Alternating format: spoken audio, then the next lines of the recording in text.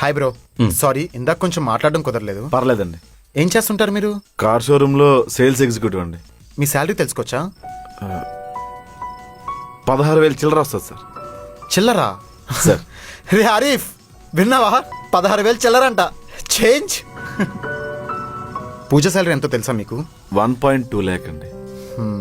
మీకు ఎక్కడో అదృష్టం ఉంది బ్రో, లేకపోతే పూజ లాంటి వైఫ్ మీకు రావడం ఏంటి?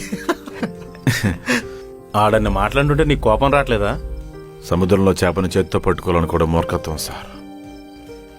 అదే చేప ఫుట్పాత్ మీద దొరికితే పులుసు గీసి పులుసు వండేస్తాం. మనకి టైం వస్తుంది ఆగండి.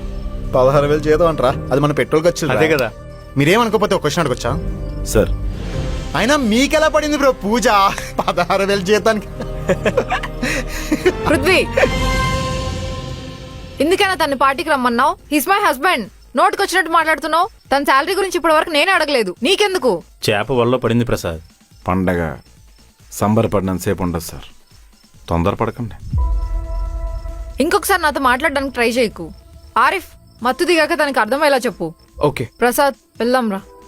సార్ తీసేవండి సార్.